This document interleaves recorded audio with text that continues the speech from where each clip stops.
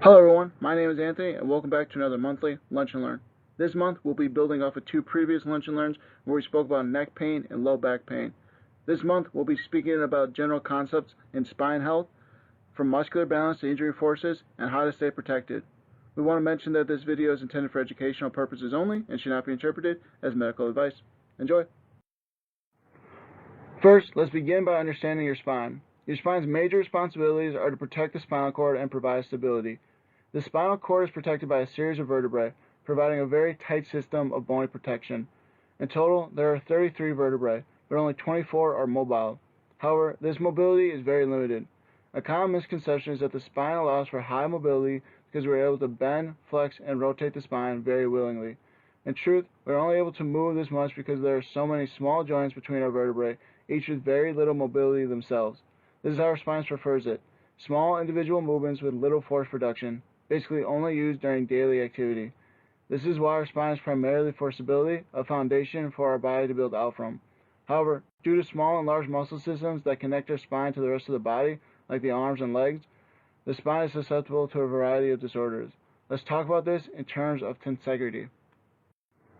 Tensegrity is a concept in physics that defines a system that relies on both tension and integrity.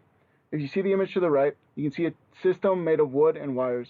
As you can see, this system of wires is the only thing holding the structures together, with no additional nails or linkage to support the two. Here, the wood represents the integrity, and the wires represent the tension needed to keep everything in place. This is very similar to your spine, and your whole skeletal system for that matter. We know it is not possible to stand up or move if we were just skeletons. This is because skeletal muscle provides the tension for them to stay upright, creating a system of tensegrity. And just like this model on the right, pulling on any one muscle or wire will disrupt the system. We'll speak about this a little bit more later on. First, let's begin by understanding the curves of your spine. As you can see here, your spine is not a straight system, but rather contains three curves. You begin with your cervical curve or neck, followed by the thoracic curve or upper torso, and end at the lumbar curve or lower back. These curves are important to maintain a healthy spine and promote proper force distribution. However, many practices today can put these curves at risk. Let's talk about a few of these. Many common practices of today can put the cervical spine at risk, which can lead to neck pain, and these can be caused from things such as poor posture to muscle imbalances. We spend many hours today being sedentary, and poor posture during that time can lead to serious issues with the spine. We see this in our work posture and leisure time posture, such as when we look at our phones or watch TV. We fail to keep our vision aligned with the proper spinal alignment and largely end up looking down at angles severe enough to cause serious issues. While it may not feel like it in the moment, our heads weigh quite a bit, and all that weight can pull on the neck extension muscles in the back of our neck, which can cause soreness to that area. Acute exposure to these angles won't cause long-term problems, but when these activities make up a majority of our day, we see an accumulative effect that eventually leads to noticeable problems. To prevent this, work to keep your working vision in line with your eyesight at proper spinal alignment. We at the Place for Wellness can help you discover how to accomplish this in your environment. Now, let's move on to low back pain. Low back pain is one of the most common causes of disability in our country and is also one of the most costly diseases that is easily preventable. It is important to remember that our lumbar spine, the area where the low back pain is experienced, is for stability, not mobility. This means it does not want to experience high forces while in motion. When people talk about tightening your core to protect your low back, they mean contracting your abdominals, obliques, and the low back extensors to keep your spine as stationary as possible, and using your hips to create movement. Commonly, people only associate the core with the abdominals. This is far from complete.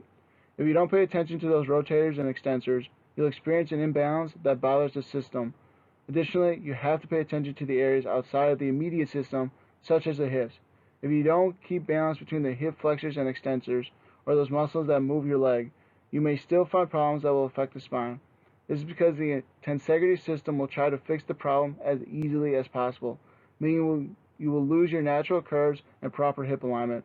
Rather, we want to ensure that we keep our muscles balanced. So how do we protect our spine? Well, first, we want to make sure we are protecting our body's tensegrity, or the balance between muscles. We do this through proper resistance training. With proper resistance training, you'll move the resistance under control through a full range of motion, allowing for proper stimulation and stretch.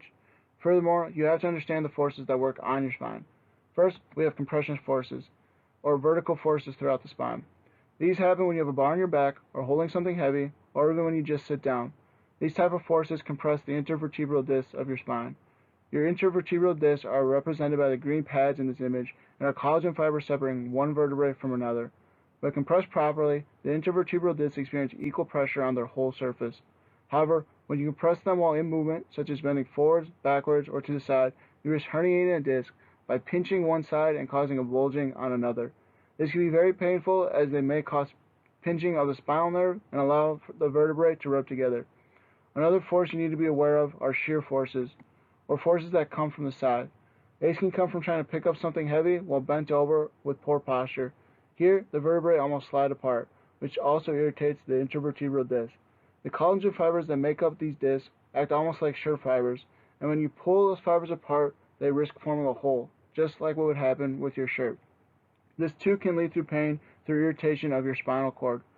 When trying to avoid these injuries, it's important to both strength train to better protect the individual joints, as well as practicing proper lifting techniques and posture. This includes lifting with your legs and not your back, as well as trying to keep all objects close to your body to avoid unneeded directional forces. Thank you guys so much for joining me today. The spine is a complex system, and we hope you were able to take away some valuable information today that you didn't know before. If you ever have any more questions about this, would like to go more in depth, or have any questions about anything regarding your health and fitness journey, we at the Place for Wellness would be happy to have a conversation with you. Thank you.